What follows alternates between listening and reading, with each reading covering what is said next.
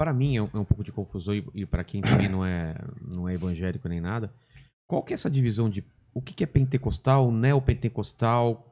Como que a bola se coloca nisso? As igrejas pentecostais são aquelas que creem que o Espírito Santo atua hoje, batizando. São as igrejas que oram em línguas, são igrejas que creem nos dons, creem que Deus cura, creem que Deus pode te usar para entregar uma profecia para alguém, para entregar uma palavra de conhecimento para alguém. As igrejas mais tradicionais, a maioria delas são cessacionistas. O que eles dizem? Cessacionistas. Que esse mover do Espírito Santo cessou com a igreja primitiva.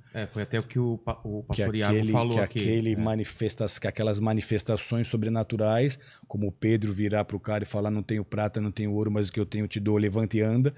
E o cara levantar e andar, não. Isso era só lá.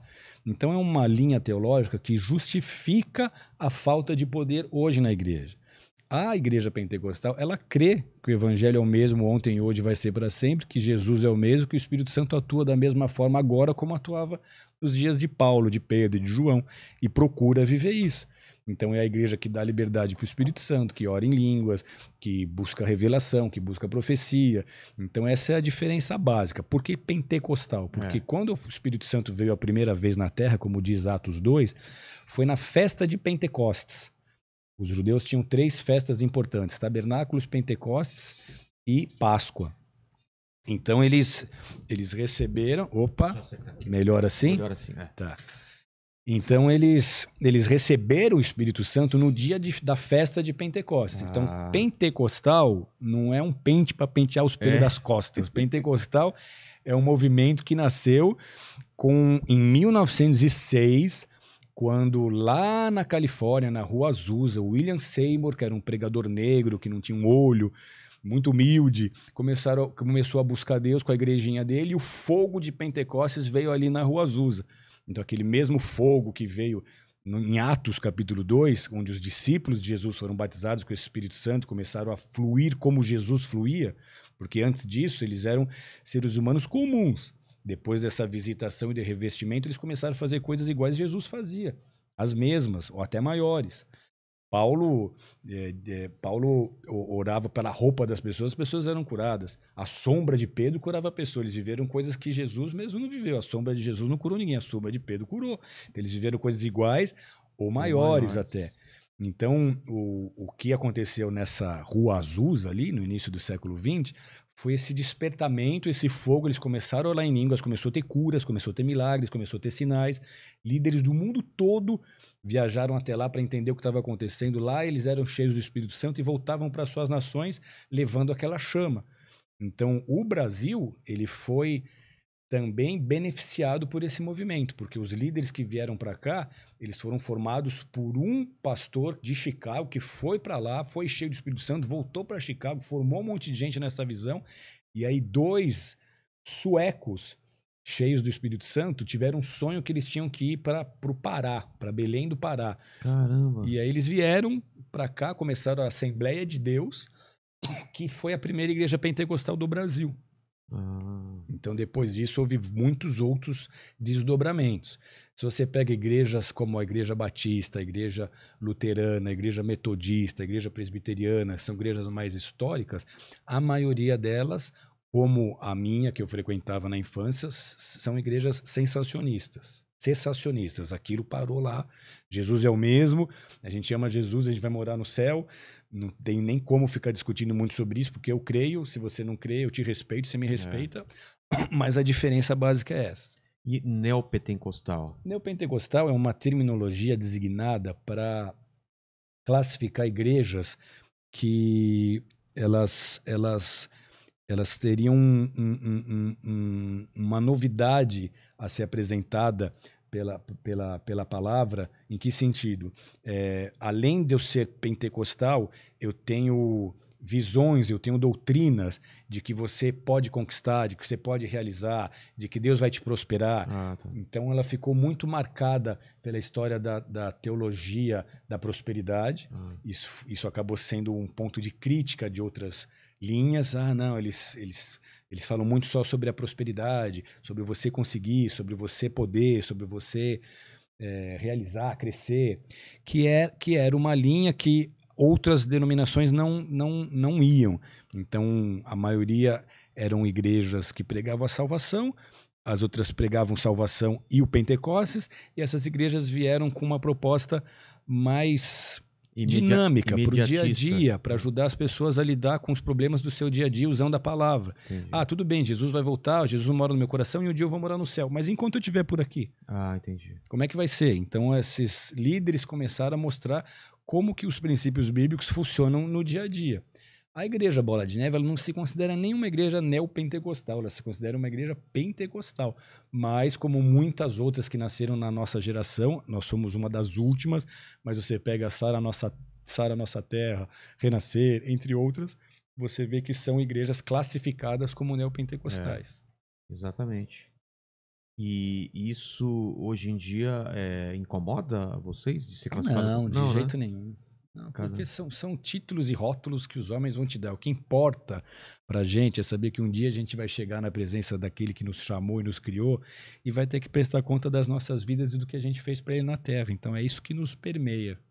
E essa diferença entre as igrejas cristãs, que tem essas que acreditam que os dons do Espírito Santo ela cessaram, né? Antes, e vocês e outras igrejas também que acreditam, como eu, que os dons estão aí para quem quiser, para quem buscar procura. E com zelo os melhores dons, né? O que Paulo orientou a igreja a fazer. E essas diferenças, elas criam algum tipo de distanciamento das outras ou não? Elas vão criar um distanciamento natural, porque você vai se aproximar de quem pensa como você. Mas a igreja brasileira ela tem amadurecido bastante nos últimos anos e a gente tem aprendido que eu posso me relacionar. Água aqui, se quiser. Eu posso me relacionar com pessoas que pensam diferente de mim. Então, Paulo, por exemplo, Paulo diz lá nas cartas dele que não é bom que o homem case, que é melhor ele ficar solteiro. Você concorda com Paulo? Não. Nem eu. Mas nem por isso eu deixo de acreditar em todo o resto que ele diz. Então, não é porque eu tenho divergências em pontos teológicos com outros líderes que eu não possa ser amigo deles, não possa me relacionar de forma pacífica com eles. É para esse caminho que a igreja tem ido no Brasil. Até a Bíblia é diferente, né? Da igreja católica para as igrejas protestantes, não é? Tem livros a Bíblia a mais. É a mesma, a diferença são os livros apócrifos. O que são livros apócrifos? São livros escritos na mesma época, mas que se encontraram neles, ou que se encontrou neles diferenças de localidade, de tempo, de time dos acontecimentos. Então tinha algumas coisas que não mostravam que aquele texto era fidedigno. Então você tem Macabeus, você tem Tobias, você tem textos que são importantes, que contam história, mas que não foram canonizados. Canonizados são textos que passaram por uma avaliação de 70 sábios gregos na Septuaginta, criteriosa, para avaliar quais livros seriam canonizados e quais livros não seriam canonizados. Então, são quantos livros que ficaram? Eu acho que fora? 7. 7? Acho que a Bíblia, se eu não me engano, são 7. E tem Eclesiastes e Eclesiástico. Exato, também. É isso. E esses sinais que a gente está tendo hoje te leva porque a gente está falando, você está com um curso sobre escatologia, que é um assunto que me interessa bastante. Escatologia é muito louco, porque a escatologia tem 2 significados, né? Tem aquela coisa de nojeira, né? De escatológico, coisa com cocô e tal, e tem a coisa dos últimos tempos. Essa parte do cocô eu não sabia. Como é que você viu isso? Escatológico, Fala assim, aquela pessoa é muito escatológica, que é uma pessoa que só fala de cocô, Sério? Com certeza elas têm raízes ainda. diferentes. Mas tem essa parte do escatológico em relação aos últimos tempos, né? Que a gente tem na Bíblia. Então, tirando essa parte escatológica, que é o escroto. Sabe por que eu sei? Porque o Mundo Canibal, o pessoal falava que a gente era muito escatológico, entendeu? Tá. Até ver aí no dicionário os 2 significados. Mas o escatológico para os últimos tempos, qual é a definição? A escatologia é exatamente o estudo dos últimos dias, o estudo dos últimos tempos. Por quê? Porque não apenas a Bíblia, mas todas as culturas e civilizações preveram um final dos tempos. Na Bíblia você tem isso profetizado. São mais de 300 profecias falando sobre o fim dos tempos. Daniel falou sobre o fim dos tempos, Ezequiel falou sobre os fins dos tempos, Isaías falou sobre os fins dos tempos, e Jesus falou sobre o fim dos tempos, Paulo falou sobre os fins dos tempos, Pedro falou sobre isso. Então é um ensino muito vivo dentro tanto do judaísmo quanto do cristianismo. No judaísmo também, porque é Antigo Testamento. Antigo Testamento. Então o Antigo Testamento ele tem 312 profecias falando sobre o Messias, e tem mais 300 falando sobre a segunda vinda do Messias. Então, para os judeus, o Messias ainda não veio. Eles não creram quando Jesus veio. Então, eles não receberam Jesus como Messias. Então, para eles, o Messias ainda virá. Para os cristãos que creem que Jesus é o Messias, essa vai ser a segunda vinda de Jesus. Tá. E por que eles não... Quais são os sinais que não foram preenchidos para eles não acreditarem que aquela na verdade, foi a primeira... não há sinais que não foram preenchidos. Porque todas as profecias a respeito de Jesus do Antigo Testamento se cumpriram integralmente em Jesus. As probabilidades de todas aquelas profecias se cumprirem numa única pessoa é igual a 84 e 30 zeros depois. É a mesma probabilidade de você esconder uma agulha num palheiro do tamanho do estado do Texas com 1 metro de altura e tentar achar essa agulha. Ou seja, todas as profecias em relação a Jesus se cumpriram em Jesus, detalhadamente. Você tem Miqueias, que avisou 700 anos antes que Jesus deveria nascer em Belém. Ah, é? Sim, são Falou profecias detalhadas. Você tem profecias que dizem que os ossos de Jesus não seriam quebrados, como Isaías disse, e os ossos de Jesus não foram quebrados. Você tem profecias que dizem que ele tinha que ser da tribo de Judá, e Jesus era da tribo de Judá. Então, mas era comum na crucificação de quebrarem os ossos? Era comum. Né? Eles não terem quebrado os ossos de Jesus foi um disparate, foi algo muito exclusivo. Qual a outra depois dessa? São 120 se você não sintetizar. Ah, tá. Porque você tem vários profetas e vários textos que falam sobre a mesma profecia. Entendi. Então, vários falam, ele tem que ser filho de Davi, ou seja, um descendente de Davi. Aí outros 3, 4 caras falam isso em outras oportunidades. Se vocês pegar tudo isso e sintetizar, dá em cerca de 120 profecias que detalham a vida do Messias, a sua morte, a sua crucificação. Então é muito específico. E o final dos tempos está relacionado com a segunda vinda ou não necessariamente? O final dos tempos, a maior profecia, ou a profecia mais fidedigna, o maior sinal que nós temos da vinda de Jesus, que o pessoal no mundo hoje você vai encontrar pregadores dizendo Jesus está voltando, Jesus está voltando, Jesus está voltando. Mas você fala, mas será que está voltando mesmo? Em todas as outras eras, você teve pessoas dizendo Jesus está voltando. Há muito tempo, né? Sempre ouvi pessoas dizendo que Jesus está voltando. E por quê? Perto de alguma catástrofe, Exatamente. Porque Jesus falou de guerras e falou de catástrofes naturais. Doenças. Doenças. Então você pega catástrofes e guerra, elas sempre existiram. Só que catástrofes e guerra não são o suficiente para você afirmar que são os fins dos tempos. Por quê? Porque o maior sinal, a maior profecia cumprida para o fim dos tempos, segundo todas ou a maioria das profecias do Antigo Testamento, é a volta do povo judeu para a terra de Israel. Porque segundo as Escrituras, segundo as profecias, pelo povo judeu ter rejeitado o Messias, Deus disse isso através de Moisés, disse isso através de outros profetas, que ele ia dispersar o povo pelas nações da terra, que foi exatamente o que aconteceu. Jesus morreu, Jesus foi rejeitado pela maioria dos judeus, não por todos, porque os apóstolos eram judeus, a igreja primitiva inteira era a igreja formada por judeus. Lá na frente que eles resolveram pregar para gentios, para não judeus, porque eles entenderam que esse era o plano de Deus. Mas até então era isso. 70 depois de Cristo, Jesus disse que o templo seria destruído, vem o Império Romano para reprimir uma revolução judaica, eles destroem o templo, eles tocam fogo em tudo, eles destroem tudo. 132 a 135 depois de Cristo houve outra revolução. Aí o imperador Adriano tem que mandar o melhor general que ele tem, mais de 100 mil homens para reprimir essa revolução, e aí realmente eles arrebentaram com tudo, escravizaram os judeus foram levados para a Itália para construir o Coliseu, e muitos deles depois morreram no Coliseu. O preço dos escravos naquela época ficou mais barato que o preço de um cavalo, de tanto escravo que tinha. E a partir dali o povo se dispersou.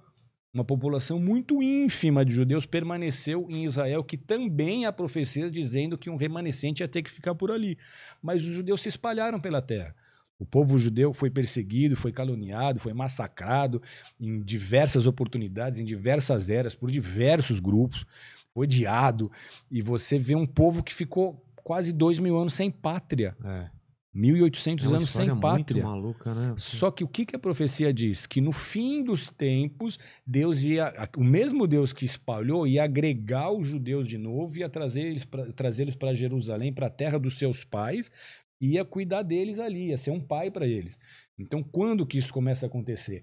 1882, a primeira onda de imigração, de emigração de judeus russos.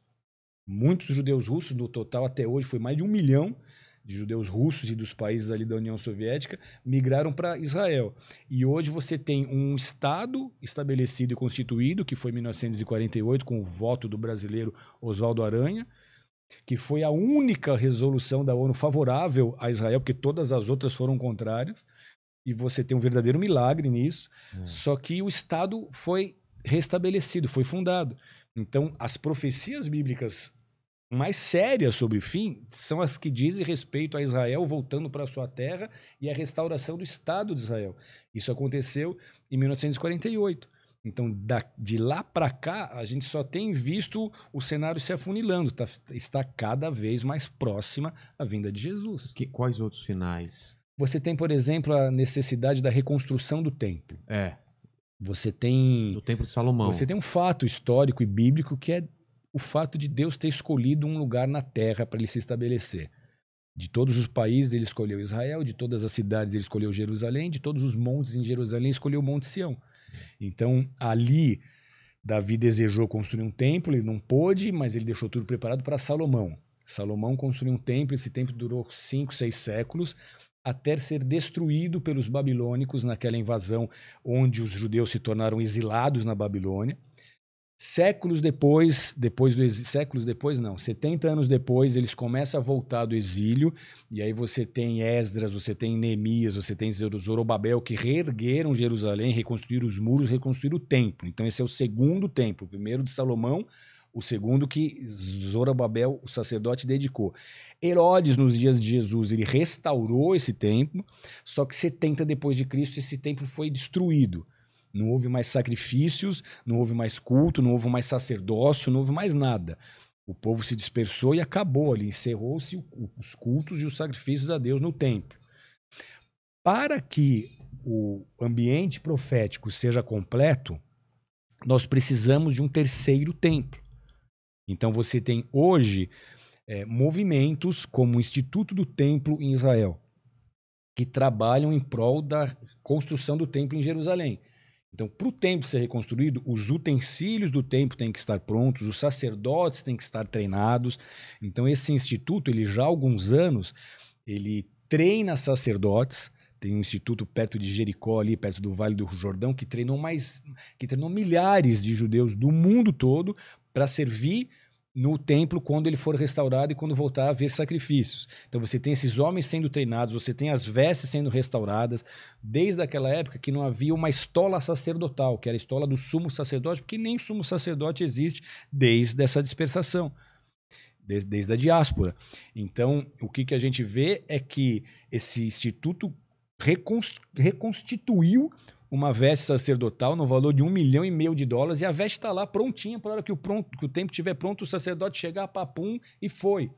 Você tem um candelabro de ouro, você chega na cidade velha de Jerusalém, na frente desse instituto está exposto com uma redoma de vidro um candelabro de ouro, feito exatamente nas medidas bíblicas, para que quando o templo estiver reconstruído, o candelabro esteja lá. Você tinha a necessidade de uma bezerra vermelha, desde Moisés até a destruição do templo, segundo as tradições, só 9 bezerras vermelhas foram sacrificadas. Então, para o templo voltar, vai ter que ter uma bezerra vermelha. E há 2000 anos que não existe uma bezerra vermelha. no Texas, em fazendas com embriões e modificações genéticas, eles ficaram tentando isso por muitos anos. Conseguiram em 99, em 2002, mas os rabinos rejeitaram porque não era perfeita de acordo com as exigências bíblicas. Só que agora, em 2018, se você pesquisar na internet, você vai encontrar, eles conseguiram fazer uma bezerra vermelha que nasceu em Israel e que os rabinos aprovaram como uma bezerra que pode ser sacrificada a Deus. Então, até esse fato, que é uma bezerra que há 2000 anos não existe, eles trabalharam geneticamente a raça Red Angus e a partir delas eles chegaram nessa bezerra. Então até a bezerra, para ser consagrada no templo, eles já têm. E onde seria? Tem que ser construído no mesmo O local. grande impasse qual é? Hoje, o local onde o Templo de Salomão e os outros templos foram construídos e que esse templo precisa ser reconstruído, está um santuário islâmico, que é o Domo da Rocha, aquela edificação com uma cúpula dourada que você, em qualquer foto de Jerusalém, consegue identificar. Então, ali, para o templo ser construído, aquela mesquita, que não é uma mesquita, aquele santuário teria que ser removido. Isso só se houver uma guerra. Vai criar uma... Isso só se houver uma guerra. Então a gente está hoje vivendo um cenário apocalíptico. O que a gente vê é uma pandemia que parou o mundo e Jesus disse que as pandemias elas seriam um sinal das dores de parto, ou seja, ainda não é o fim, mas já é o princípio. Então você tem visto uma pandemia e nós estamos muito próximos de uma guerra que talvez seja a Terceira Guerra Mundial. E muito disso talvez gire em torno dessa questão entre árabes e judeus. Exatamente pelo fato do templo precisar ser reconstruído ali. Só que é o templo que o anticristo vai sentar. Por quê? Porque, segundo a escatologia, Jesus vai buscar a igreja, aqueles que estão nele vão ser arrebatados para encontrar com ele nos céus. Na terra nós vamos ter um período de 7 anos. Primeiros 3 anos e meio, ele vai governar como um governante que o mundo vai falar, esse é o cara que veio para resolver os nossos problemas, vai resolver o problema da fome, vai resolver os problemas econômicos. Poxa, vamos acabar com o dinheiro papel, vamos ter uma moeda unificada, vamos acabar com as fronteiras e você vai ter uma forma de se identificar, que você não vai precisar mais de documento, de RG, de SIC, de carteira de motorista, vai estar tudo aqui em você mesmo. Então o mundo vai dizer, uau, esse cara veio para resolver os nossos problemas, vai trazer paz, não vai ter mais guerra. Só que o segundo período, os outros 3 anos e meio, ele vai começar a exigir adoração. E ele vai se revelar como esse anticristo, como aquele que se opõe a tudo que diz respeito a Deus. E ele vai sentar no templo, nesse terceiro templo, e dali ele vai profanar o templo. Provavelmente ele vai colocar um altar pagão ali dentro. Os judeus, vendo isso, vão ter que deixar o templo novamente, porque o judeu não vai se dobrar à adoração a ele, ele vai exigir a adoração das nações, e os judeus não vão monoteístas como são, não vão se portar dessa forma, não vão prestar esse culto a ele. Então, o que a gente vê é exatamente isso, um cenário apocalíptico se formando, só que aí passou esses 7 anos, Jesus vem para destruir o anticristo, para aprisionar Satanás por 1000 anos e para governar a terra esses 1000 anos. Isso é muito profundo e muito interessante, porque a Bíblia apresenta Jesus de 2 formas, como Messias sofredor, Messias é a palavra hebraica que faz referência ao próprio Cristo. Então, tanto Cristo quanto o Messias significa a mesma coisa, significa ungido. Então, o Cristo, o Messias, ele precisa vir, só que ele vem primeiro como um Messias sofredor e depois como um Messias rei. A Bíblia apresenta isso de 2 formas. Por isso que muitos dos judeus não creram em Jesus quando ele veio. Porque eles estavam sobre o Império Romano, pagando imposto para os romanos, e eles queriam um rei que libertasse-os do jugo e dos impostos romanos. E aí vem Jesus sofredor, que liderasse. Um Jesus que morre. Eles queriam um Jesus guerreiro, que libertasse o povo ali fisicamente, mas a libertação e a vitória que Jesus estava trazendo era muito mais profunda. Não era efêmera, não era passageira, era atemporal. Era uma vitória espiritual e eterna, porque a partir do que ele fez ali, a gente não teria vitória sobre o Império Romano, a gente teria vitória sobre a morte, sobre o inferno, sobre o mundo, sobre o pecado, e teria vida eterna com ele. Só que foi difícil, os próprios discípulos de Jesus demoraram para entender isso. Quando Jesus ressuscitou, Os discípulos continuavam não entendendo o que estava acontecendo. Maria Madalena correu para avisar: poxa, Jesus ressuscitou. Eles falaram: ih, você tá maluquinha. Não tomou remedinho, coitada. Como é que ressuscitou? Mesmo Jesus tendo avisado diversas oportunidades que ele ia morrer e que no terceiro dia ele ia ressuscitar. Porque até os discípulos de Jesus estavam esperando o Messias terreno. Cara, que Só depois espada, que ele né? ressuscitou, como ele começou a aparecer para eles com o corpo glorificado, toca minhas mãos aqui, toca onde o cravo me atravessou, toca a minha lateral, que o pessoal viu que era ele, que eles entenderam que era o reino de Deus, que não era um reino físico, mas era um reino espiritual e eterno. Então o primeiro Messias, que é o Messias sofredor, ele veio para resolver a história do pecado. Os homens são pecadores e o pecado separa o homem de Deus. Então ele teve que morrer no nosso lugar para poder garantir a nossa salvação. Então, como é que é isso? Deus criou o mundo, ele tem o direito de governar, e se ele criou o mundo, além de governar, ele tem o direito de julgar. Você tem lá nos primeiros versículos da Bíblia um termo Elohim para designar Deus. Esse Elohim, ele significa também governante e juiz.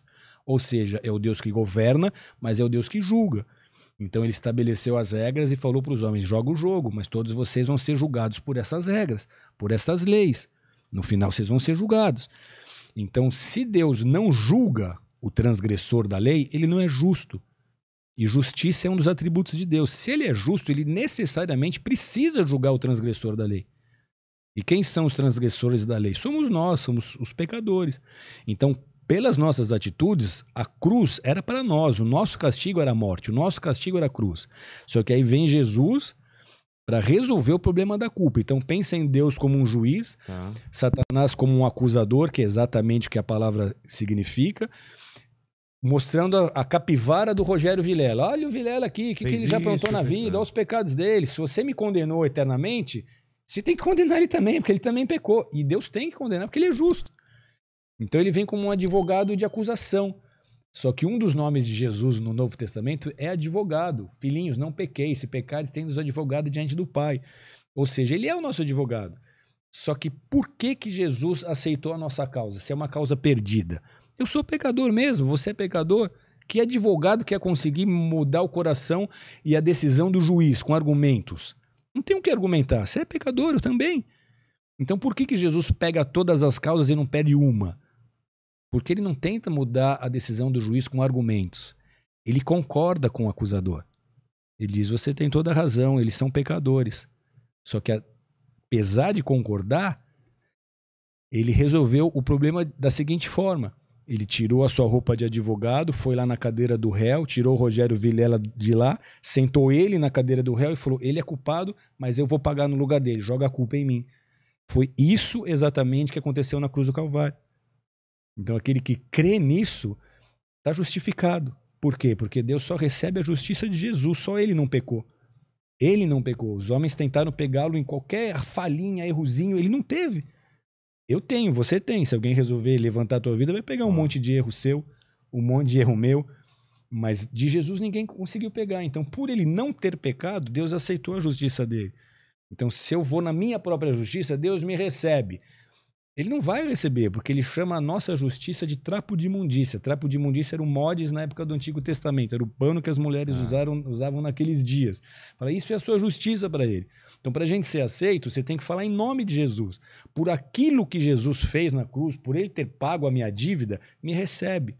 E é assim que Deus nos recebe e nos toma como filhos, que é o que a Bíblia diz. Vocês vão receber o direito de serem chamados filhos de Deus.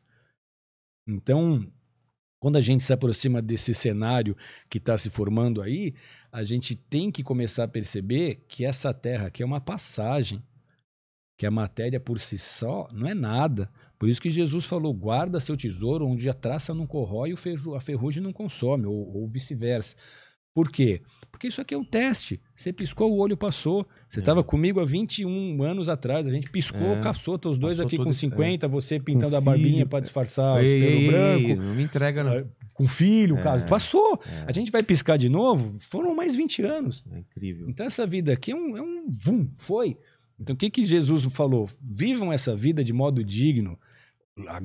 Adorem a Deus, agradem a Deus, porque isso aqui é só um teste, isso aqui é uma passagem. A alma de vocês é imortal. E não há nada que vocês possam fazer em relação a isso. Vocês estavam destinados à condenação. Eu vim resolver o problema da culpa. Então, a primeira vez ele veio para isso. O outro Messias que é apresentado pela Bíblia é o Messias rei, é o Messias soberano. É esse Messias que na segunda vinda vem para governar no milênio, que é esse período de 1000 anos, só que aí, para resolver os problemas sociais, os problemas políticos e os problemas econômicos do mundo. É isso que a Bíblia ensina e é isso que a gente espera.